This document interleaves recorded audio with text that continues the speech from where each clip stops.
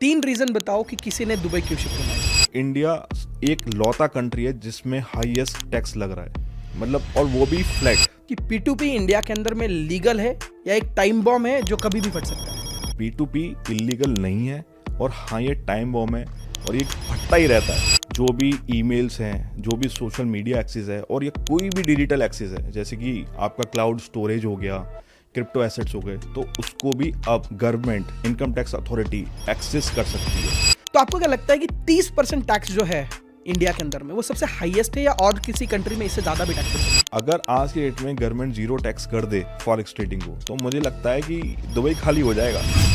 वैसे तो police, lawyer या सीए को बिना जरूरत के कोई मिलता नहीं है, बट मुझे ऐसा लगता है आज वो हर एक व्यक्ति जो ट्रेडिंग के अंदर में ट्रेडिंग कर रहा है, इन्वेस्टिंग कर रहा है या फिर अपने आप को ट्रेडिंग में किसी भी तरीके से एसोसिएट कर चुका है, उसके लिए ये जो पॉडकास्ट है ये बहुत इंपॉर्टेंट रहने वाला है। और आज आपको ज़रूरत नहीं भी लग रही होगी तो यकीन मानिएगा इस पॉडकास्ट देखने के बाद में आपको पता चलेगा कि आपको ज़रूरत थी, क्योंकि हर बंदे को लगता है कि मैं हेल्दी हूँ, बट जब डॉक्टर के पास जाते हैं तो पता चलता है कि आपके पास में भी बहुत सारे इश्यूज़ है जिसको क्योर करना ज़रूरी है। और आज हमारे साथ में है सीए पुलकित गुप्ता, जो सीए इंडस्ट्री के अंदर में स्पेशली फॉर ट्रेडर्स या फिर इन्वेस्टर्स लोगों के लिए आज अक्रॉस द ग्लोब के अंदर में अवेयरनेस का काम कर रहा है। और हम सारे लोग आज लकी है कि उनको इस पॉडकास्ट के ऊपर में बुलाने वाले हैं। तो मिलते हैं सीए पुलकित गुप्ता से। Hi sir, how are you? I am good, thank you Kiran भाई for inviting me here. It's my pleasure. So वैसे मैंने स्टार्टिंग में भी बताया कि लोगों को लगता है कि उनको लॉयर की, सीए की या पुलिस की ज़रूरत नहीं है। वो लोग बोलते हैं कि ऐसे लोगों से दोस्ती और दुश्मनी दोनों खराब होती है। खराब होती है, करेक्ट। सही। तो हम चाहेंगे कि आज इस पूरे पॉडकास्ट के दौरान हमें रियल वैल्यूज़ मिले, हमें वो चीज़ें समझ में आए जो दो तरीके से चीज़ें पोर्ट्रेट होती है, एक वो जो होती है और एक वो जो दिखाई जाती है। मैं चाहता हूँ कि जो एक्चुअल में होती है इस दुनिया के अंदर में, बिकॉज आपने देखा होगा कि अगर किसी को 1000 करोड़ भी ऊपर नीचे करने हैं तो उसको 3 लोगों की ज़रूरत तो पड़ती है जिनके नाम हमने पहले लिए, राइट? और उसमें मेजर पार्ट प्ले करता है एक सीए। आज हम चाहेंगे कि चाहे वो 1000 रुपये हो या 1000 करोड़ रुपए हो किसी के पास में, अगर वो इस इंडस्ट्री में इन्वॉल्व है तो उसको आज की आपकी मदद हो जाए। तो क्या तैयार है? बिल्कुल बिल्कुल बिल्कुल, पूरी कोशिश करेंगे कि 1 to 1 और उसका क्लीन आपको एक आंसर दिया जाए, ताकि जो भी आपके व्यूअर्स हैं उसको क्लियरिटी के साथ मिल जाए जवाब, और वो अच्छे से अपना ट्रेडिंग करे, और उनका जो डिजर्विंग प्रॉफिट है वो उनको मिले, और उनका कोई टैक्स नोटिस ना आए। तो चलिए पहले इसका क्वेश्चन से शुरुआत करते हैं। हम अबाउट टू बजट है, अभी 1 फरवरी के बाद में नया बजट आने वाला है इंडिया के अंदर में, एंड बहुत सारे चेंजेस हमें एक्सपेक्टेड है कि इसके अंदर में होने वाले हैं। ट्रेडर पर्सपेक्टिव से आपको क्या लगता है कि कौन से चेंजेस होंगे जो 1 फरवरी के बजट के अंदर में हो सकते हैं, और उसके लिए पहले से ही कैसे प्रिपेयर होना चाहिए इंसान ने? देखिए, अगर क्रिप्टो की बात करें तो अभी तो कुछ भी हवा नहीं है, कुछ भी टैक्स में चेंज नहीं होने वाला। चाहे आप कैपिटल इन्वेस्टमेंट करें, लॉन्ग टर्म इन्वेस्टमेंट करें या ट्रेडिंग करें, तो 30% ही टैक्स लगेगा। बट हाँ, एक चेंज होने वाला है कि अगर आप पहले क्या करते थे, रिटर्न फाइल करते थे और फिर उसके बाद आपको रिवाइज रिटर्न करने का ज़्यादा टाइम नहीं मिलता था। बट अगर अब जब ये बजट आएगा तो उसके बाद आप 4 साल तक अपनी रिवाइज कर सकते हो, रिटर्न जो भी आपने गलती करी है उसको ठीक कर सकते हो।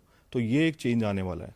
तो रिवाइज रिटर्न को थोड़ा सा लेमन लैंग्वेज में बता दो, ताकि फिर एक नए बंदे को भी समझ में आए कि रिवाइज रिटर्न होता क्या है। रिवाइज रिटर्न यही हुआ कि जैसे आपने कोई अपनी रिटर्न फाइल करी, ठीक है। और रिटर्न फाइल करने के बाद आप सो गए और नोटिस आ गया। अब नोटिस आ गया तो आपको पता चला, अरे यार ये तो मैं भूल गया था, कोई मेरी इनकम थी जो मैंने डिक्लेयर नहीं करी थी अपनी आईटीआर में, तो अब मैं रिवाइज कर सकता हूं या नहीं कर सकता हूं। तो पहले वो टाइम था दिसंबर तक, ओके। क्योंकि कोई भी मार्च की रिटर्न जो फाइल होती है वो जुलाई तक की उसकी ड्यू डेट होती है, और उसकी जो रिवाइज करने की ड्यू डेट होती है वो दिसंबर होती है। ओके। बट जो आईटीआर यू होती है वो पहले 12 महीने तक आप रिवाइज कर सकते थे, मतलब जो दिसंबर है नेक्स्ट दिसंबर तक आप कर सकते थे। अब आप 4 साल तक कर पाएंगे, तो ये एक बेनिफिट मिल जाएगा आपको आगे जाके। मतलब वो बोलते हैं ना, जो जब जागे तब सवेरा।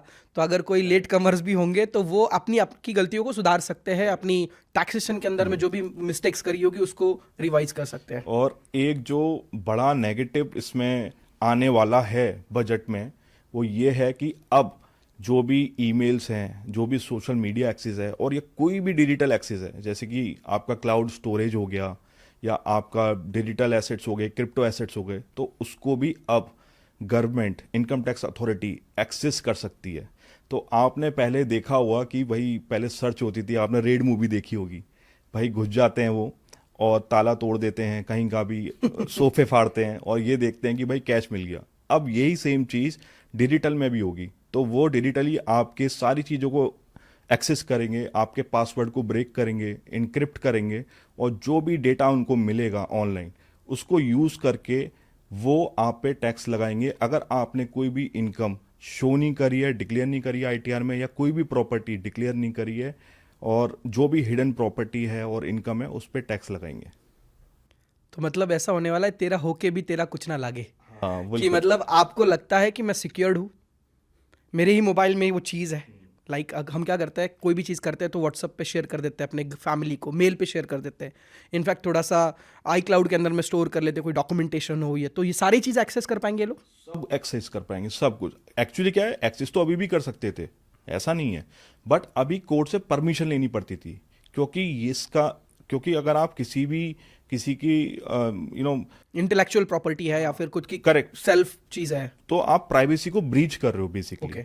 तो इस पे काफी मुद्दा भी उठा था कि ये प्राइवेसी का ब्रीच हो रहा है, बट किसी ने सुना नहीं, गवर्नमेंट ने इसको वापस लिया नहीं, क्योंकि ये एक्ट पार्लियामेंट में भी पास हो चुका है अगस्त 2025 में, और ये 1 फरवरी को इनेक्टेड हो जाएगा, और ये जो बिल है ये एक्ट बन जाएगा, लॉ बन जाएगा, और 1 अप्रैल से आपका जो भी सोशल मीडिया एक्सेस है, अगर आपने उसमें फ्लॉन्ट किया कि भाई देखो मैंने तो रोल्स रॉयस ले ली है, फेरारी ले ली है, और आईटीआर फाइल करी आपने 10 लाख रुपए की, तो अल्टीमेटली मतलब आपने फेरारी ली है और 10 लाख की आईटीआर फाइल कर रहे हो, तो ये तो पॉसिबल नहीं हो सकता। इतनी महंगी कार आप कैसे ले सकते हो 10 लाख की इनकम पे? तो उसको एक एविडेंस बनाया जाएगा और उसके बेसिस पे टैक्स नोटिस भेजा जाएगा कि भाई इसका सोर्स ऑफ फंड बताओ कि ये कहाँ से आया पैसा कि आपने फेरारी खरीद ली, और उसके बेसिस पे टैक्स लगा दिया जाएगा। तो मुझे लगता है कि जिन लोगों को लगता था कि हम क्रिप्टो की इनकम है और हम किसी को कुछ नहीं पता है, डिसेंट्रलाइज दुनिया है, तो ये तो फिर डिसेंट्रलाइजेशन से वापस हम सेंट्रलाइजेशन पे आ गए।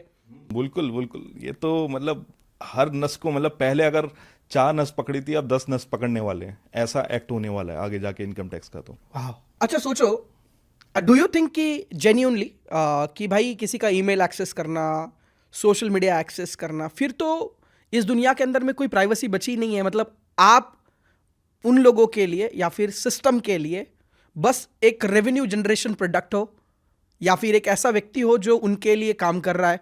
No doubt about it, governments has to take the taxes for the development and everything, but ये बहुत ज़्यादा ही पर्सनल नहीं हुआ? ये बहुत ज़्यादा पर्सनल हो रहा है। आपने देखा है कि जो फेसबुक है या गूगल है, उसके जो सीईओ हैं उसको टेस्टिफाई करा जाता है यूएसए में। क्यों करा जाता है? वो पूरे डेकेड तक डेटा यूज़ करते हैं यूज़र्स का बिना बताए, और कोई विसिल ब्लोइंग करता है उनके ऑर्गेनाइजेशन में या कहीं से पता लगता है तो कोर्ट में केस होता है, और इस चीज़ को यूएसए में या वेस्टर्न कंट्रीज में बहुत सीरियसली लिया जाता है। पता नहीं, may be because of awareness, कि अवेयरनेस नहीं है लोगों को, और क्यों इसको टेकन फॉर ग्रांटेड लिया जाता है प्राइवेसी को, और ये बहुत ज़्यादा हिट है और ये बहुत ज़्यादा नेगेटिव है अगर देखा जाए। आगे जाके मुझे लगता है कि एटलीस्ट जो अवेयर लोग हैं, जो लिटरेट हैं, वो इंडिया में नहीं रहने वाले, वो बाहर निकलते ही जाएंगे। और आपको पता ही है कि आज की डेट में यूएई में सबसे ज़्यादा कौन आ रहा है? इंडियन आ रहा है। Of तो course. यही एक रीज़न है इसका। और रिसेंटली 44,000 लोगों को नोटिस भी जा चुकी है। सो उस नोटिस में एग्जैक्टली क्या था, वो किन के लिए थी, और अगर किसी को आई हुई है वो नोटिस, तो उससे वो कैसे बच सकता है? देखिए, जो नोटिस आया था ना क्रिप्टो का, उसके पीछे हमें ये समझना पड़ेगा कि क्रिप्टो का टैक्सेशन कैसा है इंडिया में। ओके। इंडिया में जो क्रिप्टो टैक्सेशन है ना, बहुत उन्होंने सिंपल करा है कि भाई आप चाहे सेल करो या ट्रांसफर करो या किसी को लोन दो, हमें मतलब नहीं है। अगर आपने क्रिप्टो से ट्रांजैक्शन किया है ना, उस पर 30% टैक्स दे दो। अब क्या हुआ कि लोगों ने सोचा कि मैंने तो ट्रेडिंग करी है बट मेरा तो लॉस हुआ है, मेरी तो इनकम हुई नहीं है। उन्होंने आईटीआर फाइल नहीं करी, और आईटीआर फाइल नहीं करी तो उस पर नोटिस आ गया। अब दूसरा रीज़न ये है बहुत बड़ा कि अगर किसी ने आईटीआर फाइल करी भी तो उसने रिकंसाइल नहीं करा फॉर्म 26CS और एआईएस से, क्योंकि जो भी बिनेंस हो गया या जितने भी एफआईओ रजिस्टर्ड क्रिप्टो एक्सचेंज हैं, ये टीडीएस काटते हैं।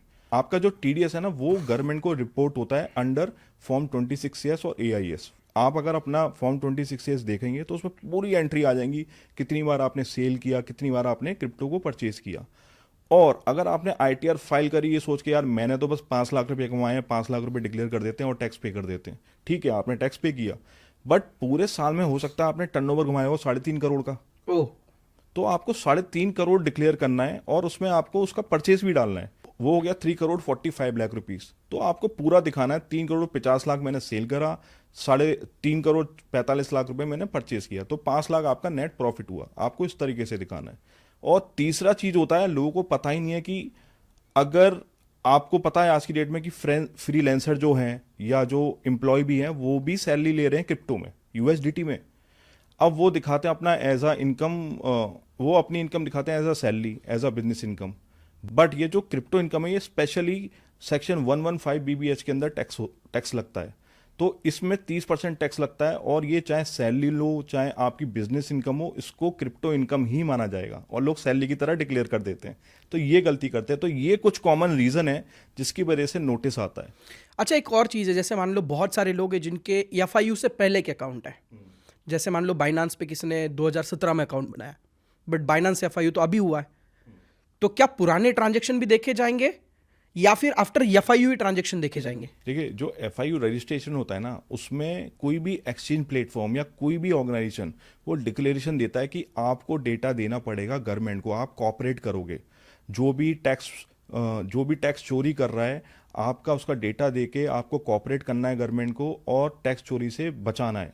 मान लेते हैं कि किसी का अकाउंट जो है वो 5 साल पुराना है, ठीक है, बट बाइनांस एफआईयू तो 6 महीने पहले हुआ, तो क्या मेरा 5 साल पुराना जो ट्रैक रिकॉर्ड है उसके अंदर के जो ट्रांजेक्शन है क्या मुझे उस पर भी टैक्स देना पड़ेगा, या फिर जिस दिन बाइनांस एफआईयू हुआ उसके बाद में ही मेरे ट्रांजेक्शन कैलकुलेट हो जाएंगे? देखिए आपको टैक्स देना है अपनी इनकम पे, और ऑनेस्ट होके आपको जो भी इनकम है वो डिक्लेयर करनी है आईटीआर के अंदर। एफआईयू रजिस्ट्रेशन का होने का मतलब ये है कि बिनेंस को भी रिपोर्ट करना है, तो बिनेंस तो तभी रिपोर्ट करेगा जब से वो एफआईयू रजिस्टर्ड हुआ है। Right. बट अगर आप 5 साल से इनकम कर रहे हैं क्रिप्टो में और आपने डिक्लेयर नहीं करा, तो कहीं ना कहीं आप रिस्क में, क्योंकि बिनेंस वो डेटा दे सकता है अगर गवर्नमेंट मांगती है तो वो बिल्कुल देगा, क्योंकि अगर वो बिनेंस बोलता है कि नहीं मैं तो नहीं दूंगा, मैं तो आज से एफआईयू रजिस्टर्ड हुआ हूं तो आज के बाद का डेटा ले लो, तो वो दोबारा उसका लाइसेंस कैंसिल कर देगा। तो बिनेंस के लिए तो क्रिप्टो मार्केट बहुत बड़ा है इंडिया के अंदर, तो वो उसको तो भाई कॉपरेट करना ही पड़ेगा, उसके पास और कोई ऑप्शन ही नहीं है।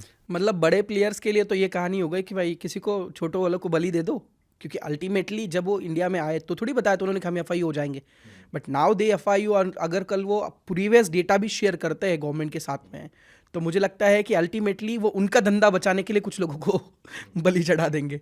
काफ़ी लोगों को ये भी लगता है कि चलो ये तो सेंट्रलाइज प्लेटफॉर्म्स हैं, बिनेंस हो गया या कॉइन बेस या ऐसे जो भी प्लेटफॉर्म्स हैं, और जो P2P करते हैं ट्रस्ट वॉलेट इसमें कोई किसी को नहीं पकड़ा जाएगा, ये तो P2P है बेसिकली और ये कोल्ड वॉलेट है। बट मैं आपको बताऊं बिनेंस ने ट्रस्ट को, जो ट्रस्ट वॉलेट है उसको एक्वायर कर लिया था 2022 में, राइट, करेक्ट। अब क्योंकि Binance as a organization trust को ओन करता है, तो हो सकता है कि ट्रस्ट का भी डेटा चला जाए, हो सकता है, मतलब ये मेरा आप तो डरा रहे हो। मतलब मैं ये नहीं कह रहा कि ऐसा होगा ही, बट हो सकता है, तो लोगों को इस चीज के लिए पहले से ही सतर्क होना चाहिए। जैसा कि आपने पॉडकास्ट में शुरू में बोला कि सबको अवेयर करना है इस पॉडकास्ट के अंदर, तो मैं इसलिए कर रहा हूं कि लोगों को बेफिक्र होके ऐसा नहीं सोचना है कि भाई जो ट्रस्ट वॉलेट में कर रहे हैं ये डेटा आगे पता नहीं लग सकता, पता लग सकता है, तो you have to be very careful. तो अगर मान लो कोई व्यक्ति आज हमें सुन रहा है और उसको एक क्रिप्टो की जो नोटिसेस है इनसे बचना है, तो इसका सिंपल तरीका क्या हो सकता है? देखिए क्रिप्टो से के नोटिस से बचना है ना, और अगर आप इंडिया में बैठ के ट्रेडिंग कर रहे हो, सबसे पहले अपना आईटीआर फाइल करने से पहले एआईएस जरूर देख लो। एआईएस सिंपल, आप इनकम टैक्स के पोर्टल पे जाओगे, लॉगिन करोगे, और लॉगिन करने के बाद आप अपना एआईएस डाउनलोड कर सकते हो। दूसरा फॉर्म 26A। फॉर्म 26A वही होता है जब आपने कोई भी ट्रांजेक्शन लिया किसी भी प्लेटफॉर्म में और उस प्लेटफॉर्म ने आपका टीडीएस काटा, वो सारी एंट्री आ जाएंगी। तो उसका मतलब ये है कि जो भी वो एंट्री आई है वो गवर्नमेंट को पता है, आप उसको कैसे भी छुपा नहीं सकते, तो उसको चुपचाप रिपोर्ट कर दो। अगर आपने रिपोर्ट कर दिया और चुपचाप उस पर टैक्स पे कर दो, अगर आपने वो कर दिया तो कोई टेंशन नहीं है, आपको पक्का नोटिस नहीं आने वाला, एटलीस्ट उससे तो बच ही जाओगे। और अब दूसरा सवाल यह है कि किसी को ऑलरेडी आ चुकी है, अभी ऐसा भी हो सकता है ना कि किसी को नहीं आई है बट किसी को आ चुकी है नोटिस, अब क्या करें? लेकिन अगर नोटिस आ चुका है तो उसका वो प्रॉपर जवाब दे। देखिए काफ़ी लोगों ने लॉस किया है और जितने लोगों के पास आया है, ऐसे मैं काफ़ी लोगों को जानता हूं जिनका लॉस है और क्रिप्टो नोटिस आ गया है और वो डरे बैठे हैं कि यार मैं करूं क्या। हाँ, मैंने क्रिप्टो में किया। काफ़ी लोगों को तो ये लगता है कि क्रिप्टो इलीगल है, तो वो ये सोचते कि यार मैंने तो इसलिए रिपोर्ट नहीं किया था, अगर मैं रिपोर्ट कर देता मेरे को तो और दिक्कत आ जाती। तो ऐसा नहीं है, क्रिप्टो लीगल है, बस आपको टैक्स देना है। और इवन आपका लॉस भी है तो आप बस उस नोटिस का रिप्लाई करें, प्रॉपरली दिखाएं, अपना बिजनेस स्टेटमेंट का डाउनलोड करके दिखाएं कि भाई देखो मैंने ये ट्रांजेक्शन लिए थे, इतना मैंने पैसा डिपॉजिट किया था और ये पैसा मेरे पास यहाँ से आया था। ये बहुत ज़रूरी है क्योंकि काफ़ी लोग कैश से भी यूएसडीटी कन्वर्ट करते थे, फिर यूएसडीटी से फिर बिटकॉइन परचेस करते थे या और क्रिप्टो करते थे। तो सोर्स ऑफ फंड होना भी बहुत ज़रूरी है, केवल लॉस से ही काम नहीं चलेगा। तो आपने सोर्स ऑफ फंड दिखाया, आपने ये दिखाया कि मेरा प्रॉफिट ही नहीं था, मेरा तो लॉस हुआ, तो टेंशन फ्री, कोई दिक्कत नहीं आएगी। ओके, मान लो मुझे हेयर कट करना है, मैं क्या करता हूँ कि best of the best hair barber ढूंढता हूँ। मुझे रेस्टोरेंट में जाना है तो मैं चूज करता हूँ कि best of the best restaurant कहाँ है। मैं कोई भी गैजेट्स परचेस करता हूँ तो I try to get that best of the best. But जब बात आती है ना ये सीए पे खर्च करने की, लॉयर पे खर्च करने की, तो बंदा बोलता है सस्ते में होगा क्या। और उसके अंदर में क्या होता है, कुछ प्रैक्टिस वाले लोग हैं जो 5 मिनट बैठ जाते हैं उसका पैन कार्ड लेके, और जो भी अच्छा कितना भर दूँ, अच्छा इतना भर दूँ, ये सही है, कितना भरना चाहते हो आप ये बताओ। And then they just put it like this कि हाँ चल भाई तू 5,000 भरना चाहता है, 5,000 का टैक्स भर देता हूँ। They never cross check as well.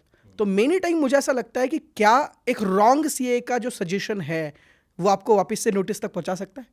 बिल्कुल पहुंचा सकता है। देखिए, केवल यहाँ पे एक सीए की बात नहीं है, बहुत सारे अकाउंटेंट हैं या केवल जो बीकॉम पास हैं वो भी लेके बैठे हुए हैं कि मैं तुम्हारा टैक्स फाइल कर दूंगा। और लोग है ना क्लेम करते हैं ऐसे कि यार आपका टीडीएस कटा है फॉर्म 26 से, इसमें 5 लाख रुपए, मुझे 5% दे दो, मैं आपको रिफंड दिला दूंगा। तो ऐसे भी लोग काम करते हैं। तो देखो, आपने जैसा बोला कि कैसे आपको राइट सीए चूज करना चाहिए, तो आपको सबसे पहले ये समझना चाहिए कि आप जिस सीए के पास जा रहे हो क्या आपकी इंडस्ट्री की उसके वो नॉलेज है या नहीं। क्योंकि काफी सीए ऐसे हैं उनको पता ही नहीं है क्रिप्टो क्या है। सबसे बड़ी मिस्टेक ये है। मेरे पास ऐसे काफी क्लाइंट आते हैं, वो कहते हैं मैं क्रिप्टो ट्रेडिंग कर रहा हूं, मेरा सीए कह रहा है कि छोड़ दो। वो ये कह रहा है कि यार क्रिप्टो ट्रेडिंग छोड़ दो, कहां पड़ गए हो पंगे में, इससे नोटिस आ जाएगा। इंस्टेड ऑफ दैट कि वो उनको समझाएं कि भाई क्रिप्टो इनकम अगर आप कर भी रहे हो तो कैसे आपको बस डिक्लेयर करना है ताकि नोटिस ना आए। राइट। तो नॉलेज होना बहुत जरूरी है। और ऐसा नहीं है कि क्रिप्टो देखो नई चीज है तो हर कोई सीए नहीं अडॉप्ट कर रहा है, क्योंकि किसी की बहुत अच्छी प्रैक्टिस चल रही है किसी पर्टिकुलर चीज में, तो वो क्यों दूसरी नई इंडस्ट्री में जाए। तो आप किसी भी इंडस्ट्री में हो, चाहे सॉफ्टवेयर इंडस्ट्री में हो, चाहे आप मैन्युफैक्चरिंग इंडस्ट्री में हो, सर्विस में हो या ट्रेडिंग में हो, तो आपको ये देखना है कि आपके सीए को उस चीज़ की नॉलेज है, आपके बिजनेस की नॉलेज है, तभी आप उससे आईटीआर फाइल कराएं या उससे कंप्लाइंस कराएं। तो अल्टीमेटली अगर इस अप्रोच को आप पकड़ लेंगे तो नोटिस आने के चांसेस कम से कम होंगे।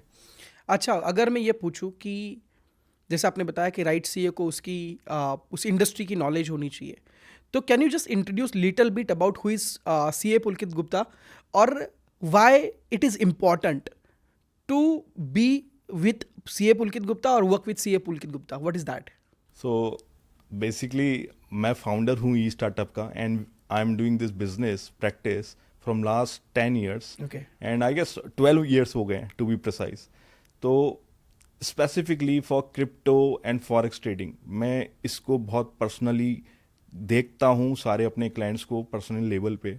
और मैं क्योंकि मेरे को जब मैंने इस चीज़ को स्टार्ट किया था ना, तब मैंने देखा कि काफ़ी सीएस हैं जो प्रोफेशनल्स हैं उसको अवेयरनेस ही नहीं है इस बारे में, और वो डिस्करेज कर रहे हैं ट्रेडर्स को कि भाई ये चीज़ करो ही मत, ये तो इलीगल है। तो ये काफ़ी स्पेस, मतलब ये काफ़ी वैक्यूम था मार्केट में कि भाई कोई बताने वाला ही नहीं है कि इसको लीगल कैसे करा जाए और कैसे टैक्स कंप्लाइंट करा जाए। तो मैंने इस चीज़ को पकड़ा। आज की डेट में कम से कम हमारे पास 2000 क्लाइंट हैं जो ट्रेडर्स ही हैं केवल। Wow. इधर वो क्रिप्टो ट्रेडर हैं या फॉरेक्स ट्रेडर हैं, तो चाहे वो इंडिया से कर रहे हैं, चाहे वो दुबई से कर रहे हैं और किसी कंट्री से कर रहे हैं। और करीबन हमने 100+ क्लाइंट आज की डेट में यूएई में सेटअप करा दिया है उनका, जो फॉरेक्स ट्रेडिंग कर रहे हैं आज की डेट में या क्रिप्टो ट्रेडिंग कर रहे हैं। तो ये मतलब ये मेरा प्रोफाइल है और मैं इसको बहुत अच्छे से देखता हूँ आगे जाके, और हम ग्रो करेंगे। So, you are individually working or do you have a team or office setup or anything? तो हमारा ऑफिस है, हमारा दुबई में भी ऑफिस है और हमारा इंडिया में भी ऑफिस है। हमारी जो टीम है करीबन 120 लोगों की आज की डेट में। Wow. और हम हर चीज़ में हेल्प करते हैं, केवल ऐसा नहीं कि टैक्सेशन में। अगर किसी को कहीं पे भी कंपनी सेटअप करना है, चाहे वो दुबई में हो गया, हांगकांग हो गया, सिंगापुर हो गया, कंपनी सेटअप में, बैंक अकाउंट ओपनिंग में, इवन हम किसी को दिक्कत आती है क्योंकि इंडिविजुअल ब्रोकरेज अकाउंट खोलना कोई बड़ी बात नहीं है, बट अगर आप कंपनी का ब्रोकरेज अकाउंट खोलो तो थोड़ा सा ट्रिकी है। तो जैसे कि अगर आप दुबई में ही बिनेंस अकाउंट खोलो तो वो 12 लाइसेंस मांगते हैं, तो हम 12 लाइसेंस में भी हेल्प करते हैं। Okay. अगर कोई फॉरेक्स ट्रेडिंग में ब्रोकर अकाउंट कंपनी का चाहता है, कॉर्पोरेट अकाउंट चाहता है, तो उसमें भी हम हेल्प करते हैं कि क्या क्या उसके लिए लाइसेंस चाहिए। तो सारा entire end to end solution हम देते हैं, और ये पूरी जो 120 लोगों की टीम है हमारी, तो वो यही काम करती है। तो मतलब अगर मैं ये बोलूँ कि ट्रेडर्स के लिए, इनफैक्ट चाहे वो क्रिप्टो करे या फॉरेक्स करे, उसके लिए अगर राइट सीए पकड़ा जाए तो we can have you as an person, right? बिल्कुल बिल्कुल। आजकल एक ट्रेंड बहुत चला है कि आप यूएसडीटी आपके पास में रखो, दुबई आओ, दुबई के अंदर में आप यूएसडीटी से प्रॉपर्टी बाय करो, और प्रॉपर्टी बाय करके कहीं पे भी डिक्लेयर नहीं करो। तो क्या ऐसे लोगों को भी कोई ना कोई प्रॉब्लम हो सकती है? बिल्कुल हो सकती है, 100%। देखिए, जो इंडियन गवर्नमेंट है ना, उसका ट्रीटी है यूएई गवर्नमेंट के साथ, जिसको हम बोलते हैं tax exchange information agreement, TEIA। तो उसमें ये कहा गया है कि जो भी रेसिडेंट हैं इंडियन कंट्री के, अगर वो कहीं पे भी किसी भी कंट्री में कुछ भी परचेज करते हैं, एसेट परचेज करते हैं या बैंक अकाउंट होल्ड करते हैं, तो उसका डेटा यूएई गवर्नमेंट इंडिया को पास ऑन करेगा। तो अगर आपने चाहे यूएसडीटी से खरीदा या कैश से खरीदा, ठीक है, तो बैंक से तो रिपोर्ट नहीं हुआ, कहीं पे भी आपने डिजिटल फुटप्रिंट नहीं छोड़े, बट जो प्रॉपर्टी जब आप यूएई में लेंगे तो वो डीएलडी के अंदर रिकॉर्ड होता है। तो अल्टीमेटली यूएई गवर्नमेंट के पास डेटा है और उसके पास कुछ भी नहीं बचता, मतलब उसके पास कोई ऑप्शन नहीं है, उसको डेटा देना ही पड़ेगा। आज की डेट में एक्शन नहीं ले रही है गवर्नमेंट, बट हो सकता है आगे जाके इस पे एक्शन ले ले। क्योंकि बहुत सारे लोगों को क्या लगता है, कैश में इंडिया में यूएसडीटी परचेस करो, दुबई आओ, दुबई में डायरेक्टली डेवलपर के पास में जाओ, उसको यूएसडीटी दो, प्रॉपर्टी लो। अब एजेंट्स लोग क्या करते हैं कि भाई उनको उनका कमीशन से मतलब है, ये बंदा जो अनअवेयर्ड है इसको प्रॉपर्टी से मतलब है, जो डेवलपर है उसको सेल से मतलब है। आखिरी में जब रजिस्टर्ड होगा तो ऑब्वियस है government will watch it and they can come to you जब उनको लगेगा। ऐसा ही समझ सकते हैं हम लोग? बिल्कुल बिल्कुल। मैं इसमें एक और एडवाइस देना चाहता हूँ कि अगर किसी को प्रॉपर्टी दुबई में खरीदनी भी है तो कोई दिक्कत नहीं है, हमारे पास LRS स्कीम है। LRS स्कीम में आप $2,50,000 तक पैसा लेके आ सकते हो इंडिया से यूएई, वो भी लीगली। कुछ भी आपको कंप्लाइंस करने की जरूरत नहीं है, ये ऑटोमेटिक कंप्लाइंट है। Okay. बस ये होना चाहिए कि जो भी पैसा आएगा वो बैंक रूट के थ्रू आना चाहिए, और आप उससे प्रॉपर्टी खरीदो, कोई दिक्कत नहीं है। और अपने ITR में भी डिक्लेयर करो। ITR में एक प्रॉपर एक स्पेसिफिक शेड्यूल होता है फॉरेन एसेट के नाम से, तो उसमें आपको डिक्लेयर करना होता है कि आपने जो भी बैंक अकाउंट होल्ड कर रखे हैं बाहर, आपने जो भी एसेट प्रॉपर्टी खरीद रखी है, तो बस आप उसको डिक्लेयर करो, कोई दिक्कत नहीं है। गवर्नमेंट का ज़्यादा से ज़्यादा क्या पूछेगी आपसे कि ये पैसा कहाँ से आया, तो आपको सोर्स ऑफ फंड देना पड़ेगा। यस, सोर्स ऑफ फंड देना पड़ेगा। अब जब आपने बैंक चैनल से दिया ही है तो सोर्स ऑफ फंड क्लियर है बैंक में, तो कोई दिक्कत ही नहीं है, कोई टेंशन की बात ही नहीं है। तो मतलब अगर किसी को दुबई में प्रॉपर्टी परचेस करनी हो, उसके पास में व्हाइट मनी इंडिया में पड़ा हो, तो वो बैंक रूट के थ्रू लीगली लेकर आ सकता है और वो यहाँ पे आके प्रॉपर्टी परचेस कर सकता है। करेक्ट, क्योंकि ब्रोकर लोग बेकार में डरा देते हैं, या डराते भी नहीं है, बट वो इजी रूट देखते हैं कि यार कोई बैंक से भेजेगा, बैंक पूछेगा, तब तक क्लाइंट का ना मूड ना चेंज हो जाए कि भाई यार अब तो नहीं खरीदनी, तो वो सोचते हैं सर कैश दो, मैं आपकी खरीदवा दूंगा। अच्छा, एक और चीज़ है, गोल्डन वीज़ा जो है वो दुबई में थोड़ा सा फैंसी वर्ड है, राइट? और बहुत सारे लोग जो गोल्डन वीज़ा होल्डर है या जो प्रॉपर्टी परचेस करते हैं उनको गोल्डन वीज़ा मिल जाता है। तो क्या गोल्डन वीज़ा लेना सही है, या फिर आप डायरेक्टली इनडायरेक्टली तुरंत नज़र में आ जा रहे हो? मतलब पहले तो आपके पास में जब गवर्नमेंट को रिपोर्ट होगा तब तो होगा, बट यहाँ से ऐसा नहीं कि आपके पास में अगर गोल्डन वीज़ा है तो आप जल्दी आ जाओ। देखिए, एक तो मैं सबको यही एडवाइस करता हूँ, गोल्डन वीज़ा तुरंत जाके मत लो। देखो, जो जिसकी वाइट इनकम है बहुत अच्छी बात है, वो तो उसने ऑलरेडी डिक्लेयर कर रखा है इंडिया में, अगर कर रखा है तो कोई दिक्कत नहीं, आप जाते ही गोल्डन वीज़ा ले लो, इन्वेस्टमेंट करो और ले लो। बट कोई अपना बिजनेस बना रहा है और इंडिया में ITR फाइल नहीं कर रहा है, या बिल्कुल बहुत ही नॉमिनल इनकम डिक्लेयर कर रहा है, उसका गोल्डन वीज़ा लेना खतरे से कम नहीं है, बिल्कुल हाईलाइट हो रहा है। और जितने भी गोल्डन वीज़ा की लिस्ट है वो इंडियन गवर्नमेंट तक पहुंच रही है। और बहुत सिंपल मैथ है, अगर किसी के पास गोल्डन वीज़ा है तो देयर फॉर उसने 5 करोड़ रुपए लगाए हैं। भाई ये लेके कैसे गया, 5 करोड़ आए कहां से इसके पास, जब ITR तो ये 5 लाख रुपए की फाइल कर रहा है इंडिया के अंदर। तो ये बहुत सिंपल कनेक्शन है जो गवर्नमेंट बिल्कुल इसको जोड़ रही है, और आगे जाके सबको नोटिस आएंगे। इसमें मेरा एडवाइस ये है कि अगर किसी की आईटीआर अच्छी फाइल नहीं है इंडिया में, तो वो थोड़ा सा वो यूएई में काम करे, 1 साल 2 साल स्पेंड करे, क्योंकि जैसे ही आप स्पेंड करोगे उतना टाइम, तो आप नॉन रेसिडेंट हो जाओगे। और जो टैक्स एक्सचेंज इंफॉर्मेशन एग्रीमेंट के बारे में जो बता रहा था ना, जो ट्रीटी है यूएई और इंडिया की, वो केवल रेसिडेंट के लिए है। अगर आप नॉन रेसिडेंट हो गए तो आपका डेटा पास ऑन नहीं होगा। ओके। और इसके लिए अब यूएई गवर्नमेंट को कैसे पता लगा कि आपने 182 डेज इधर कर लिए हैं, तो उसके लिए आप टीआरसी ले सकते हो। तो एक टैक्स रेसिडेंसी सर्टिफिकेट मिलता है। जैसे ही आपने यूएई में 182 डेज कर लिए, आप यूएई का आईसीपी प्लेटफॉर्म में जाओ, अपना सबमिट करो डेटा, अपना फॉर्म फिल करो, कुछ उसकी फीस होती है, फीस पे करो, आपको टीआरसी आ जाएगा। तो इसका मतलब ये है, अगर कोई व्यक्ति दुबई में ही है, भले ही उसके पास में वो 180 दिन से ज़्यादा दुबई से इंडिया से बाहर रहना चाहिए, मुझे ये स्पेसिफिक करो कि अगर वो दुबई में ही रहना चाहिए या इंडिया से बाहर 182 डेज रहना चाहिए, क्या रहता है?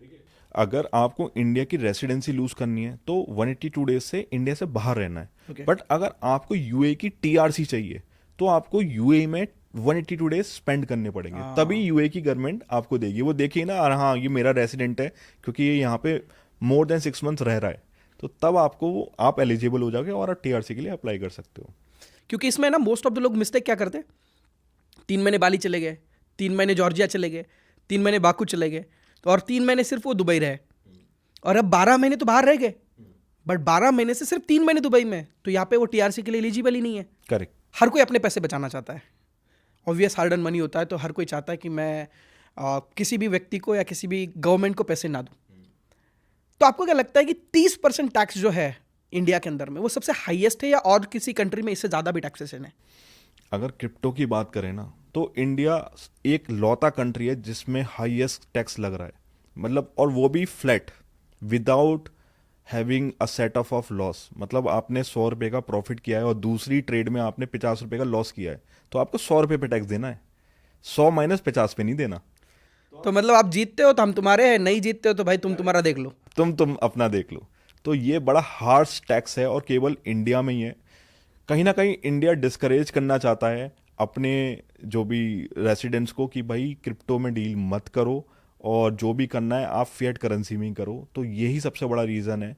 काफ़ी कंट्रीज हैं, उन्होंने वेलकम करा है क्रिप्टो को। बहुत सारी कंट्री तो बोलती है कि भाई हमारे कंट्री में आके करो और हम टैक्स नहीं लेंगे। बट फिर इसकी वजह से आपको नहीं लगता कि इंडिया अच्छा टैलेंट, क्योंकि देखो यार, अगर आप देखोगे तो 100 में से 80-20 के रूल के अकॉर्डिंग भी अगर आप देखोगे तो 20% ही लोग होंगे जो ढंग का पैसा बना रहे होंगे, राइट? एक अच्छी लॉबी होगी वो। अब अगर वही इंडिया से बाहर चली जाएगी तो फिर इंडिया की डेवलपमेंट कैसे होगी? क्योंकि ये सबसे बड़ा सवाल रहेगा ना कि अगर मान लेते हैं कि एक टैलेंट पैदा होने में, एक ऐसा व्यक्ति जो पैसे बना सके, वो पैदा होने में टाइम लग रहा है, बट कोई कंट्री, मतलब आप समझो कि आपने 20 साल तक बच्चा पाला और 21वें साल में किसी कंट्री ने अडॉप्ट कर लिया उसको, तो ऐसा नहीं लग रहा आपको? और उसमें टैलेंट था और वो चला भी गया खुशी खुशी, क्योंकि यहाँ के कंप्लायंसेस उसको अलाउ नहीं कर रहे। तो क्या लगता है आपको कि ये इंडिया की ग्रोथ पे इंपैक्ट करेगा समय के साथ में, और कर रहा है? देखिए, कर ही रहा है। आप देखो ना, जितने भी जो सिलिकॉन वैली है यूएसए की, वहाँ पे कौन बैठे हैं? इंडियंस बैठे हैं। आप इतनी बड़ी बड़ी जितनी भी कंपनी है, चाहे माइक्रोसॉफ्ट हो गया, गूगल हो गया, उसका सीईओ कौन है? वो इंडिया नहीं है। वो ऐसा क्यों है? क्योंकि कोई भी नई चीज़ इनोवेशन आती है, इंडिया सबसे लास्ट होता है उस इनोवेशन को अडेप्ट करने में, और वो लेट कर देता है। हमारे जो कंप्यूटर भी आया था, हम काफ़ी लेट हो गए थे उसको अडेप्ट करने में। और आज की डेट में कोई सोच सकता है कि बिना कंप्यूटर के बिना कोई काम हो सकता है? कुछ भी नहीं हो सकता। कुछ पूरा इकोसिस्टम ही खत्म हो जाएगा। और वो चीज़ को भी अडॉप्ट करने में काफ़ी टाइम लगा दिया था इस पॉइंट पे कि भाई नौकरी चली जाएगी लोगों की, अनएम्प्लॉयमेंट हो जाएगा। अनएम्प्लॉयमेंट हुआ, बल्कि बढ़ गया। तो ये एक सोच है जो रोकता है, और उसमें हम पीछे रह जाते हैं। अगर हम अर्ली एडवांटेज लें, जैसे कि आपको मैं बताऊं, छोटी छोटी कंट्री भूटान की गवर्नमेंट क्रिप्टो माइनिंग कर रही है। एल सल्वाडोर देख रहे हो, क्या है, कहीं आपको मैप में ग्लोब में दिखेगा नहीं, वो उसने बिटकॉइन को लीगल टेंडर बना दिया है। स्विट्जरलैंड में एक जुक करके एक सिटी है, उसमें भी लीगल टेंडर है। मतलब आप टैक्स, वहाँ के म्यूनिसिपैलिटी जो यूटिलिटी बिल्स हैं, वो भी क्रिप्टो में पे कर सकते हो। तो वो उस लेवल पे सोच रहे हैं, उन्होंने अडॉप्ट कर लिया। न्यूजीलैंड में तो जो स्कूल में जो कोर्स होता है ना, जो उनके बच्चों के सारे सब्जेक्ट्स होते हैं, सिलेबस होते हैं, उसमें बिटकॉइन का एक चैप्टर रख दिया है कि भाई बच्चों को पता होना चाहिए बिटकॉइन क्या है। तो वो उस लेवल पे सोच रहे हैं, और हम टैक्स लगा के ही सोच रहे हैं भाई इसको दूर कर। तो मतलब वही वाली बात हो गई कि बच्चे को मार के तुम सुधारना चाहते हो, बट वो मार के सुधरेगा नहीं और बिगड़ेगा। और बिगड़ेगा, बिगड़ के और वो बाहर चला जाएगा ज़रा आप उसको कंट्रोल करोगे तो। बट मेरा ये सवाल है कि अगर ऐसा ही चलता रहेगा आने वाले समय के अंदर में, तो डू यू थिंक कि यार India will lose also talent, some opportunities? Because मुझे ऐसा लगता है ना कि यार देखो, आज हम दुबई में बैठे हैं, no doubt we love India, no doubt about it. We मतलब जब इंडिया जाते हैं तो वो एक अलग ही फील होता है कि भाई आपको अंदर से लगता है कि नहीं, मैं मेरे देश में हूँ, मैं लाइक कुछ भी कर सकता हूँ। And the most important thing is that everything is affordable, आप हर एक चीज़ कर सकते हो, आपके रिलेटिव्स मिलते हैं, आपके दोस्त मिलते हैं, अपने यार दोस्त रहते हैं, आप गपशप करते हो, पार्टी करते हो। बट उसके बावजूद भी उन सारी चीज़ों को मिस करते हुए 20 साल एक जगह पर रहने के बाद में, 25 साल एक जगह पर रहने के बाद में, आपको ये डिसीजन सिर्फ इसलिए लेना पड़ रहा है कि नहीं यार, they are not supporting us, तो मुझे चलना पड़ेगा, ऐसे निकलना पड़ेगा, अदरवाइज मैं मेरी ग्रोथ को लिमिट कर दूंगा। What do you think about it? बिल्कुल सही कह रहे हो। और अगर आज के डेट में गवर्नमेंट जीरो टैक्स कर दे, इंडियन गवर्नमेंट, और या इसको लीगल कर दे फॉरेक्स ट्रेडिंग को, तो मुझे लगता है कि दुबई खाली हो जाएगा सारे इंडिया में पहुंच जाएंगे वापस। बट आपको क्या लगता है कि ऐसा क्यों नहीं कर रही है गवर्नमेंट? क्योंकि मुझे एक चीज़ समझ में आती है, देखो इंटेलेक्चुअल लेवल पे अगर हम बात करें तो यूएसए के प्रेसिडेंट भाई क्रिप्टो को लेकर एक्टिव है। बहुत सारी ऐसी कंट्रीज, जैसे आपने भूटान का नाम लिया, स्विट्जरलैंड का नाम लिया, न्यूजीलैंड का नाम लिया, दुबई का नाम लिया। सो ये कंट्रीज तो पागल नहीं है, अगर गलत चीज़ होती तो शायद ये भी अपने आप पे अडॉप्ट नहीं करते। तो ऐसा क्या चीज़ है जो शायद इंडियन गवर्नमेंट नहीं समझ पा रही है, या फिर वहाँ के ऑफिशियल्स नहीं समझ पा रहे, या समझ तो रहे, समझना नहीं चाहते हैं? What's the thing? ठीक है, वो लोग समझ रहे हैं। इसमें दो चीज़ें हैं। एक तो इंडिया में ना इकोसिस्टम ही नहीं बनाया जाता, इंटेंशन ही नहीं है कि गरीब अमीर भी बन पाए ओके। एक अपनी एक पीढ़ी में। तो वो इकोसिस्टम इस तरीके से बनाया गया है कि भाई आप चढ़ ही नहीं सकते हो सीढ़ी बिल्कुल टॉप वाली। दूसरा, हमारे इंडिया में ना लिटरेसी रेट बहुत कम है। तो अभी आपने देखा होगा हाल ही में जो रियल मनी गेम है वो बैन हो गया, बट बहुत सारी कंट्रीज में अभी भी लीगल है, डेवलप कंट्रीज में भी लीगल है। राइट। तो जो फाइनेंशियल लिटरेट होता है ना, उसको अपने रिस्क का एपेटाइट पता होता है कि भाई मैं इतना बैटिंग करूंगा तो हार भी गया कोई दिक्कत नहीं है, मेरी लाइफ चलती रहेगी। बट इंडिया में क्या होता है ना, लोग जल्दी कमाने के चक्कर में अपना सारा पैसा लगा देते हैं, और इवन अपनी फैमिली में अपने दोस्तों से उधार ले लेते हैं, वो भी पैसा लगा देते हैं। तो गवर्नमेंट को ये लगता है कि यार यहाँ पे फाइनेंशियल लिटरेट लोग हैं नहीं, तो अब इसको बैन ही कर दो, क्योंकि इससे तो और अपना जो यूथ है वो खराब हो जाएगा, वो कर्जे में आ जाएगा, कहीं ना कहीं सुसाइड रेट्स भी बढ़ेंगे। तो इससे बेहतर है कि इसको बैन कर दो। तो ये एक बहुत बड़ा रीज़न बन जाता है कि जो इंडियन गवर्नमेंट है उसको रेस्ट्रिक्ट कर। तो मतलब आपका ऐसा कहना है कि बच्चे को अगर आप ढंग की चीज़ें सिखा नहीं रहे तो आप उसको रूम में बंद कर दोगे? ऐसा थोड़ी होगा, because ultimately it's not gonna be happen, right? क्योंकि जिस तरीके से दुनिया इवॉल्व हो रही है, पहले कैसा होता था, एक मैसेज दूसरे व्यक्ति तक पहुंचने के लिए सालों लग जाते थे, पता नहीं महीनों लग जाते थे कि भाई वो मैसेज पहुंचाते पहुंचाते कोई 5 साल की पहले निकला था, फिर वो मैसेज पहुंचाते पहुंचाते बूढ़ा हो गया। बट आज ऐसा नहीं है ना, दुनिया नज़दीक आ चुकी है। आज एक जगह पर बैठ के मुझे ऐसा लगता है कि आज के ज़माने के अंदर में, क्योंकि देखो पहले क्या था ना, नॉलेज इज़ द पावर। ऐसा था एक समय पे, अगर आप देखोगे तो एक समय पे अगर आप दो लोगों में कंपटीशन होती थी तो ताकत पे, अपनी जो सेल्फ पावर उस पे होती थी, कि कुश्ती, ये सारे गेम चलते थे, राइट? समय बदला, उसके बाद में स्किल पे आ गया गेम कि भाई you are lawyer, he is a CA, he is a doctor, और फिर स्किल पे गेम आ गया। बट आज वो स्किल वाला गेम रहा ही नहीं ना, कि आज मतलब मैं ये सोचता हूँ कि अगर एक इंडिया का सबसे टैलेंटेड व्यक्ति जिसको जो पता है, वो एक अच्छे एआई सब्सक्रिप्शन में पड़ी हुई है चीज़ें। मतलब आज हम जो बातें कर रहे हैं, अगर थोड़ा बंदा रिसर्च कर ले तो उसको कोई हमारी जरूरत भी नहीं है। जरूरत भी नहीं, मतलब ही हैज दैट एक्सेस, और 5 मिनट के बाद में उस चीज को समझ सकता है। तो मुझे ऐसा लगता है अब गेम स्किल का भी नहीं रहा, अब गेम है मुझे लगता है कि जो एग्जीक्यूशन का है, या फिर जहां पे आप कितने जल्दी इंफॉर्मेशन आपके पास में आई, आपने एग्जीक्यूट कितना किया, और दूसरी चीज आपके पास में क्या रिस्क एपेटाइट है। तो जो गवर्नमेंट लोगों को रिस्ट्रिक्ट करने की कोशिश कर रही है कि इनके पास में स्किल नहीं जाए, जो इन्फॉर्मेशन नहीं जाए, वो तो एक ट्विटर पे एक जगह पे पड़ी हुई है, एक एआई के सब्सक्रिप्शन में पड़ी हुई है। तो लोगों को तो चीजें पता चल ही रही है। मतलब अल्टीमेटली ऐसा नहीं है कि लोगों को चीजें पता नहीं चल रही है।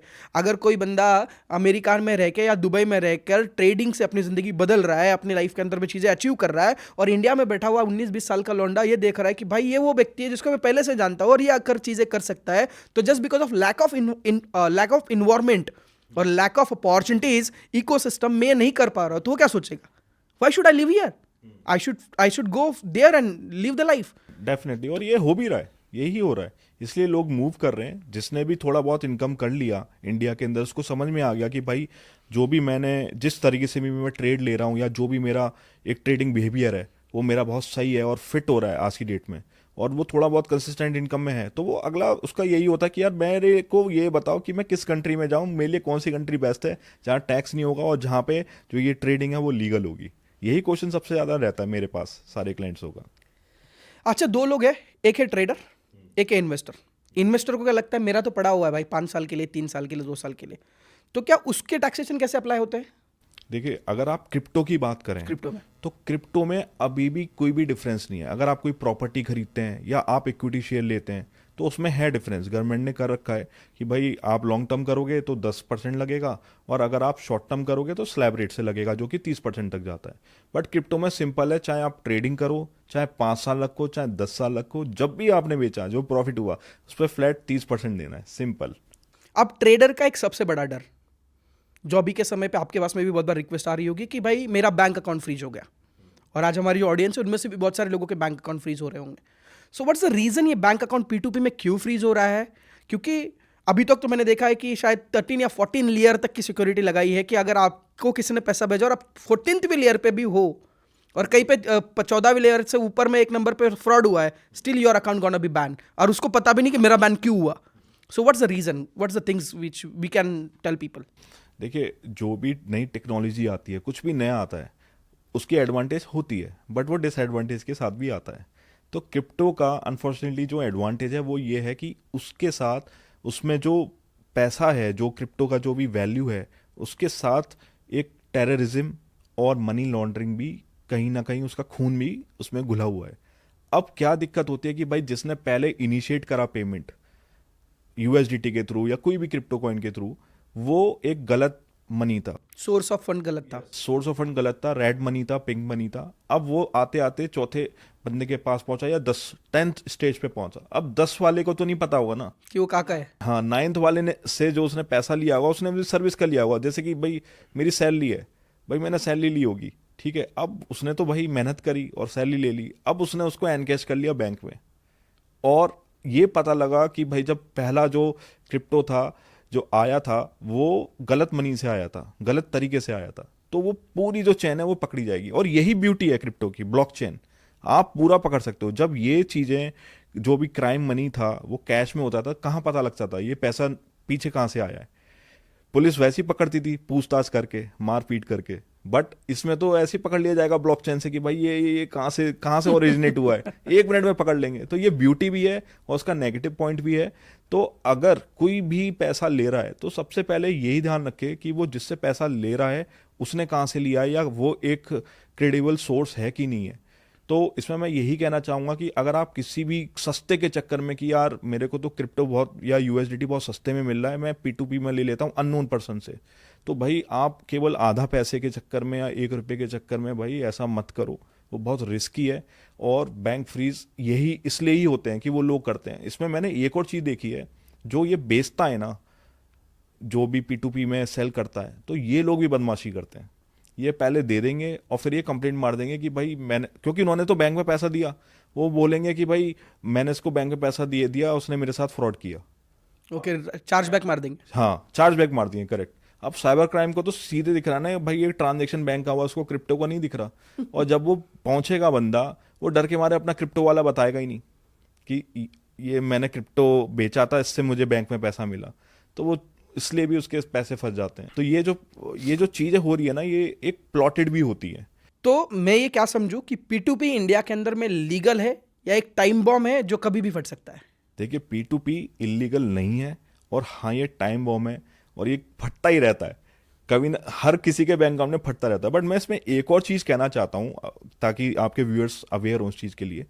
अब बैंक फ्रीज अगर हो भी रहा है तो आप उसको चैलेंज कर सकते हो। आंध्र प्रदेश हाई कोर्ट का इसमें एक डिसीजन आ चुका है कि अगर आपने 100 रुपये की वजह से आपका बैंक फ्रीज हुआ है तो केवल आपका जो लेन लगेगा ना वो 100 रुपये पे लगेगा। अगर आपके अकाउंट में 1 करोड़ रुपए पड़े हैं तो वो रिलीज होंगे, वो फ्रीज नहीं हो सकते, क्योंकि चार्ज बैक केवल 100 रुपये पे लगा है तो केवल उतने पे ही लेन लगेगा। तो आप उसके लिए फाइट कर सकते हो। काफ़ी लोगों को पता नहीं होता, फिर वो घबरा जाते हैं, फिर पैसे दे देते हैं घबराहट में, क्योंकि उनका इतना बड़ा फंड पड़ा होता है, तो उस चीज़ के लिए वो लड़ सकते हैं। गूगल सर्च करें, काफ़ी इवन आंध्र प्रदेश का बहुत सारे ऐसी स्टेट्स हैं जिसमें ये डिसीजन आ चुका है कि अगर बैंक फ्रीज करना है तो उस अमाउंट को ही लियन करना है, पूरे बैंक को फ्रीज नहीं करना है। अब ये सवाल है कि मान लो कोई इंडिया में बैठा है और ठीक ठाक कमा रहा है, तो अगर उसको इंडिया से बाहर किसी कंट्री में मूव होना है तो टॉप 3 कंट्रीज ऐसी कौन सी है जिसके अंदर वो मूव हो सकता है और वहां पे अपने आप को सेटल कर सकता है? अगर वो क्रिप्टो ट्रेडर है तो सबसे बेस्ट है उसकी ये 3 कंट्रियों में। एक तो मैं यूएई को लूँगा, थाईलैंड को लूँगा और सिंगापुर को भी ले सकते हैं। क्यों यूएई? इसलिए यहाँ पे आप चाहे क्रिप्टो ट्रेडिंग करो या इन्वेस्टमेंट करो या फॉरेक्स ट्रेडिंग करो, वो लीगल भी है और ज़ीरो टैक्स है। थाईलैंड में 2029 तक क्रिप्टो ट्रेडिंग को ज़ीरो टैक्स कर रखा है, टैक्स फ्री कर रखा है। बहुत कम कंट्रीज़ हैं, बहुत सारी डेवलप कंट्रीज़ हैं, उसने क्रिप्टो इन्वेस्टमेंट को कर रखा है, लॉन्ग टर्म इन्वेस्टमेंट को टैक्स फ्री कर रखा है, जैसे कि हो गया जर्मनी, स्विट्जरलैंड और भी काफ़ी कंट्रीज़ हैं, एल सल्वाडोर हो गया। तो इसने जो टैक्स फ्री कर रखा है वो लॉन्ग टर्म इन्वेस्टमेंट को कर रखा है। मान लो आज आपने खरीदा, 12 महीने बाद सेल किया तो टैक्स फ्री है, बट अगर आप ट्रेडिंग कर रहे हो तो टैक्स सेबल है। बट केवल यूएई और थाईलैंड ही कंट्री है जहां पे क्रिप्टो ट्रेडिंग पे टैक्स जीरो है। तो आपने बोला दुबई शिफ्ट हो जाए, बट अगर वो दुबई से ट्रेडिंग कर रहा है तो क्या उसको इंडिया में टैक्स लगेगा? देखिए, उस पर डिपेंड करता है कि वो रह कहाँ रहा है। अगर वो 183 डेज यहाँ कर ले दुबई के अंदर तो कोई दिक्कत नहीं है, टैक्स नहीं लगेगा। इवन जो भी उसने पैसा कमाया क्रिप्टो ट्रेडिंग से, वो इंडिया को रिपैट्रिएट भी कर सकता है अपने इंडियन बैंक अकाउंट में, एनआरओ अकाउंट में, और उस पर भी उसको टैक्स नहीं देना पड़ेगा। मतलब अगर मैंने दुबई में रहकर 1 करोड़ रुपए बनाए और मैं इंडिया में उसको लीगली लेकर जा सकता हूँ, मैं यहाँ के कंप्लाइंसेस को अगर मैं फॉलो कर रहा हूँ, मैं एक कंट्री का टैक्स दे रहा हूँ, तो मैं इंडिया के अंदर में अपने इंडियन अकाउंट पे लेकर जाकर उसको यूज कर सकता हूँ। बिल्कुल 100% कर सकते हो। Okay. बिल्कुल। अब मान लो दुबई में आप जैसे एक कंट्री के तो कंप्लाइंसेस फॉलो करने ही पड़ेंगे, तो दुबई में सेफेस्ट वे क्या है ट्रेडिंग करने का अगर मैं दुबई में रहकर ट्रेड करना चाहता हूँ? देखिए, इसमें 2 तरीके हैं। अगर आपको है कि मेरे को दुबई ही सेटल होना है तो आप अपना रेसिडेंस वीज़ा ले सकते हैं, एमिरेट्स आईडी ले सकते हैं, उस बेसिस पे अपना बिनेंस अकाउंट या कोई भी क्रिप्टो एक्सचेंज प्लेटफॉर्म में अकाउंट बना के ट्रेडिंग कर सकते हैं, और आप जो भी ट्रेडिंग करेंगे उस पर टैक्स नहीं लगेगा। अगर आपको लगता है कि नहीं, मैं दुबई में नहीं रह सकता, तो आप एक अपनी क्रिप्टो ट्रेडिंग लाइसेंस ले सकते हैं, प्रोप्राइटरी ट्रेडिंग लाइसेंस ले सकते हैं। और यहाँ पे काफ़ी फ्री जोन्स हैं, जैसे इफ्जा हो गया, रैगडाओ हो गया, और मल्टीपल फ्री जोन है जो क्रिप्टो का लाइसेंस दे रहे हैं। कुछ ऐसी फ्री जोन्स हैं जो लाइसेंस देते हैं, आप अगर वारा से लाइसेंस लो, वर्चुअल एसेट रेगुलेटरी अथॉरिटी है दुबई के अंदर जो क्रिप्टो का लाइसेंस देती है, और उसके साथ अपनी कंपनी सेटअप करो, बैंक अकाउंट ओपन करो, बिनेंस एक्सचेंज प्लेटफॉर्म ओपन करो, और उसके बाद आप ट्रेडिंग स्टार्ट कर सकते हो। और फिर चाहे आप दुबई में रहो, चाहे इंडिया में रहो, चाहे किसी भी कंट्री में हो, टैक्स नहीं लगेगा, क्योंकि वो कंपनी सेपरेट लीगल एंटिटी है। जो वो इनकम किसकी है, वो आपकी नहीं है, वो उस कंपनी की है। आप उस कंपनी से पैसा जब निकालोगे तब आप पे टैक्स लगेगा, किस कंट्री में, जिस कंट्री में कि आप रेसिडेंट हो। तो यही 2 तरीके हैं, आप इंडिविजुअल लेवल पे भी क्रिप्टो ट्रेडिंग कर सकते हो और कंपनी सेटअप करके भी अपनी ट्रेडिंग दुबई के अंदर कर। मतलब अगर मैं इंडिया में हूँ, मैं दुबई में अपनी एक एंटिटी सेट करूँ और उसके नाम पे मैं अकाउंट्स खुलवाऊँ, उसके नाम पे मैं ट्रेडिंग अकाउंट्स खुलवाऊँ, उस पर मैं ट्रेड कर सकता हूँ। मेरे को इंडियन गवर्नमेंट उसके अंदर में कोई भी दिक्कत नहीं ला सकती, और जब मैं उसका प्रॉफिट विड्रॉ करूँगा तो मैं जिस कंट्री का रेसिडेंस हूँ मुझे उसको जवाब देना पड़ेगा। मैं राइट वे? बिल्कुल, Okay. उसको रिपोर्ट करना पड़ेगा, उस पर टैक्स देना पड़ेगा। अब जब बात आती है दुबई में कंपनी सेटअप करने की, क्योंकि यार हम इंडिया के अंदर में प्राइवेट लिमिटेड कंपनी बनाने के लिए ऐसा समझते हैं कि बहुत बड़ी चीज़ है, और आप अगर किसी और कंट्री में आके अपना सेटअप बनाना चाहते हो तो इट्स नॉट ईजी, और एटलीस्ट आप यूज टू नहीं होते हो तो आपको लगता है कि यार ये इतना बहुत हेक्टिक चीज़ होगी। तो सिंपलेस्ट 3 स्टेप में बताओ कि दुबई में किसी को अपनी कंपनी रजिस्टर करनी है तो 3 स्टेप क्या हो सकते हैं, वो स्टेप क्या है?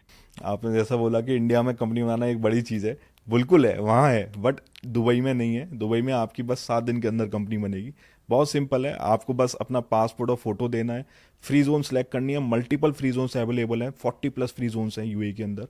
आपका जो एक्टिविटी है उसके हिसाब से आप अपनी फ्री जोन सेलेक्ट करो और अपना एप्लीकेशन सबमिट करो, आपकी 7 दिन के अंदर कंपनी आ जाएगी। जैसे ही आपकी कंपनी बनी तो उसके बाद आपका एंट्री परमिट आएगा, आप दुबई आओगे, अपना मेडिकल, बायोमेट्रिक सारा ये करोगे, 2 से 3 दिन लगेंगे, आपका एमिरेट्स आईडी आ जाएगा। जैसे ही आपका एमिरेट्स आईडी आया, आपके पास ट्रेड लाइसेंस भी है, आपके पास सर्टिफिकेट ऑफ इनकॉर्पोरेशन भी है, आप अपना बैंक अकाउंट खोल सकते हो, अपना जो भी ब्रोकर अकाउंट है वो आप ओपन करो, अपनी ट्रेडिंग स्टार्ट कर सकते हो। आप चाहे दुबई में रहो, चाहे इंडिया में रहो, चाहे किसी कंट्री में रहो, आप लीगली इस चीज़ को कर सकते हो, वो भी टैक्स फ्री। अच्छा, जब आपने बोला कि दुबई के अंदर में 7 दिन में कंपनी रजिस्टर हो जाएगी और सारी चीज़ें हो जाएगी, कितनी कॉस्ट आती है अगर एज ए ट्रेडिंग कंपनी या ट्रेडर्स के लिए अपनी खुद की कंपनी डालनी है, तो एक एवरेज कॉस्टिंग क्या आती है? देखिए, जो फ्री जोन्स है ना वो बहुत सारी हैं, और हर फ्री जोन का अपना कॉस्ट है।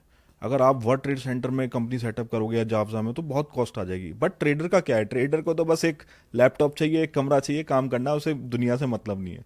तो मैं हमेशा एडवाइस करता हूँ कि जो सबसे चीपेस्ट फ्री जोन है आप उसको चूज करें। आप राकेश को चूज कर सकते हैं। अगर आप क्रिप्टो कर रहे हैं तो राकेश में वो लाइसेंस नहीं मिलता है, तो आप रैगडाओ को यूज कर सकते हैं या इब्जा को यूज कर सकते हैं। तो इस बेसिस पे आप अपना ट्रेडिंग लाइसेंस ले सकते हैं। और इसमें जो कॉस्ट आती है, आप मान के चलो 14,000 से लेके 20,000 AED तक की कॉस्ट आती है। इसमें सब कुछ हो जाता है, आपकी कंपनी सेटअप हो जाएगी, आपका वीजा आ जाएगा, आपकी एमिरेट्स आईडी आ जाएगी, आपका बैंक अकाउंट भी। मतलब INR में देखा जाए तो 5 लाख रुपए के करीबन खर्चा आ सकता मोटा मोटा 5 लाख रुपए तक का खर्चा है, इसमें आपका सब कुछ हो जाएगा। तो या तो आप 5 लाख रुपए या 50 लाख रुपए इंडिया को टैक्स दे दो, या 5 लाख रुपए का ट्रेड लाइसेंस लेके इसको टैक्स फ्री कर दो। है। अब जब बात आती है दुबई में कंपनी खोलने की, तो सबसे बड़ी चीज़ है कि एक ट्रस्टेबल सोर्स होना चाहिए जिसके थ्रू हम इस चीज़ को प्रोसीड कर सके। तो जैसे आपने बताया कि आपके पास में आज 120 लोगों की टीम है, आप ऑलरेडी दुबई के अंदर में आपका ऑफिस है, इंडिया के अंदर में आपका ऑफिस है, तो अगर आपसे कोई कंपनी खुलवाना चाहेगा तो what's the way how they can connect with you? तो कोई भी अगर किसी को कंपनी सेटअप करनी है, या केवल कंसल्टेंसी ही चाहिए कि वो उसको दुबई में शिफ्ट होना भी चाहिए या नहीं होना चाहिए, मतलब इट्स अ विश और रिक्वायरमेंट। करेक्ट करेक्ट, तो वो कनेक्ट करके पहले अपना रिक्वायरमेंट बताया, उसको वॉल्यूम ऑफ वो अपना ट्रेड वॉल्यूम बताए, और उस बेसिस पे वो जज करे अपने आप को कि हाँ अब मुझे जाना है, तो वो उसके लिए हमसे वो रीच कर सकता है। मेरी टीम बैठी हुई है उनको बताने के लिए कि भाई कौन सा फ्री जोन आपको चूज करना चाहिए, आपका पासपोर्ट सही है भी जाने के लिए। कुछ कुछ ऐसी स्टेट्स हैं जहाँ पे वीज़ा नहीं मिलता है, वो रिजेक्ट हो जाता है, तो उसकी में भी हमारी एक बहुत स्ट्रेटेजिक मूव होता है कि कैसे उसको दिलाया जाए, क्योंकि टूरिस्ट वीज़ा से भी लोग अपना रेसिडेंस वीज़ा ले लेते हैं, तो उसमें ये भी एक ट्रिक होती है।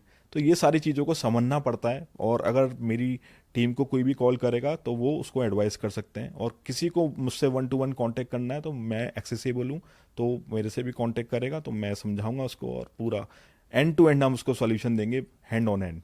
ओके।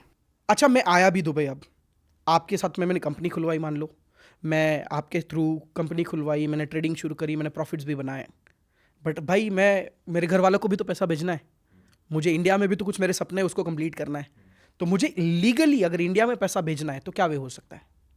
देखिए, आप चाहे कुछ भी करें, फॉरेक्स ट्रेडिंग करें, क्रिप्टो ट्रेडिंग करें, या कुछ भी बिजनेस करें, वो प्रॉफिट किसका है? कंपनी का। अब आप दो तरीके से बेच सकते हैं। अगर आप यूएई के अंदर रह रहे हैं, यहाँ टैक्स तो लगता नहीं है, आपने 183 डेज पूरे कर लिए, आप एज अ सैलरी अपने अकाउंट में ले लें और फिर उसको रिपेट्रिएट कर दें अपने एनआरओ अकाउंट में। और अगर आप नॉन रेसिडेंट नहीं है तो आप चाहे इंडिया में भी बैठे हो, अपनी आप इनवॉइस रेज कर सकते हो अपनी सब्सिडी कंपनी बना के, या एज अ सैलरी ले सकते हो अपने अकाउंट में भी, अपने जो भी फैमिली मेंबर्स हैं उनके अकाउंट में भी, और उसको आईटीआर में डिक्लेयर कर दें। तो सारी चीज़ें लीगल हैं, बस ये समझना पड़ेगा कि रेसिडेंसी किधर की है। रेसिडेंसी आपकी यूए की है तो जीरो टैक्स, अगर रेसिडेंसी आपकी इंडिया की है तो भाई चुपचाप भाई डिक्लेयर कर दो, जितना पैसा निकाला है वो टैक्स पे कर दो। तो लास्ट 1 घंटे में हमने इंडिया के अंदर में टैक्सेशन कैसे वर्क करता है, क्रिप्टो टैक्सेशन एग्जैक्टली क्या है, ये सारी चीज़ों को समझा। और मुझे ऐसा लगता है कि कोई एक लास्ट मैसेज जो ट्रेडर इंडिया में बैठा है, चाहे जो छोटे प्रॉफिट्स बना रहा है, बड़े प्रॉफिट्स बना रहा है, उसके लिए एक लास्ट सजेशन आपकी तरफ से क्या हो सकता है?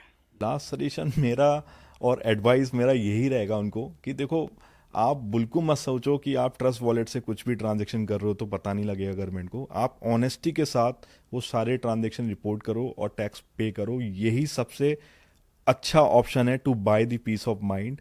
और अगर आपको लगता है या चुभता है टैक्स पे करना, तो हबीबी कम टू दुबई और यही एक रास्ता है। और अगर आपको लगता है कि दुबई भी बहुत कॉस्टली है तो आप थाईलैंड भी शिफ्ट हो सकते हो। वहाँ पे अगर आपको बीच वाला एनवायरनमेंट पसंद है तो थाईलैंड ज़्यादा बेटर है दुबई से। 3 रीज़न बताओ कि किसी ने दुबई क्यों शिफ्ट होना चाहिए। एक तो टैक्सी है, ऑब्वियस सी बात, किसी को अपना स्टैंडर्ड ऑफ लिविंग हाई रखना है तो ये चीज़। और थर्ड मैं बोलूँगा बिजनेस नेटवर्किंग। अगर आपको अपना बिजनेस नेटवर्किंग बढ़ाना है और केवल टाइम पास वाला नहीं, तो दुबई ही एक ऐसी जगह है अभी तक जो मुझे पता है। इवन बहुत सारी अच्छी डेवलप सिटीज़ होंगी, सिंगापुर है, आपको यूएसए में मिल जाएगी, बट दुबई ऐसी जगह है जहाँ पे आपको क्रीम ऑडियंस मिलती है और आपको मोटिवेशन मिलता है। बेसिकली यहाँ पे कोई अगर किसी के पास फेरारी है या लंबरगिनी है, कोई उसको ये नहीं कर रहा यार इसने कैसा पैसे कमाया होगा कुछ गलत तरीके से, वो मोटिवेट होता है कि यार अब मेरी भी आएगी, अप्रिशिएशन वाली। यस। तो वो आंखों से देखता है तो मोटिवेशन आता है, और आप ऐसे एनवायरनमेंट में रहते हो तो आप ग्रो करोगे ही करोगे। तो ये एक बहुत थर्ड और स्ट्रॉन्ग रीज़न है जिसकी वजह से आपको दुबई में शिफ्ट होना चाहिए। और थाईलैंड में अगर किसी को जाना है तो 3 रीजन बताओ कि थाईलैंड क्यों बेस्ट है। थाईलैंड, एक तो टैक्सेशन, आप क्रिप्टो ट्रेडर हैं तो क्रिप्टो ट्रेडिंग वहाँ पे जो टैक्स है वो ज़ीरो है। दूसरा, अगर आपको बीचेस पसंद है तो वो अच्छा है। अगर आपका कॉस्ट ऑफ लिविंग आपको कम रखना है, कम से कम खर्चा हो आपका, तो एक थर्ड रीज़न आपका ये बन सकता है थाईलैंड में शिफ्ट होने के लिए। तो आपको अब डिसाइड करना है एज अ ट्रेडर, आपको दुबई आना है या थाईलैंड जाना है, और इसके लिए लगने वाली हर एक help CA Pulkit Gupta sir कर सकते हैं आपको। और जितने भी लोग अभी भी कुछ क्वेश्चंस अगर आपके पास में बचे होंगे तो कमेंट बॉक्स के अंदर में आप आपके सारे क्वेश्चंस लिख दीजिएगा, हम ट्राई करेंगे सर से वापस मिलने का, और उस पॉडकास्ट के अंदर में उन सारे सवालों के जवाब देने की कोशिश करेंगे। इवन दो आप जब कमेंट करेंगे तो हम ट्राई करेंगे कि हमारी टीम आपसे रीच आउट करे और उन सारे सवालों के जवाब आपको देने की कोशिश करे। और ये पॉडकास्ट आप उन लोगों तक जरूर शेयर करें जो आपका दोस्त, आपका फ्रेंड या आपका कोई फैमिली फ्रेंड जो ट्रेडिंग करता है और आप चाहते हो कि वो सेफ रहे, वो सिक्योर रहे और गवर्नमेंट की तरफ से उसको टैक्स पे करके उस पैसे को एंजॉय करें। Thank you so much.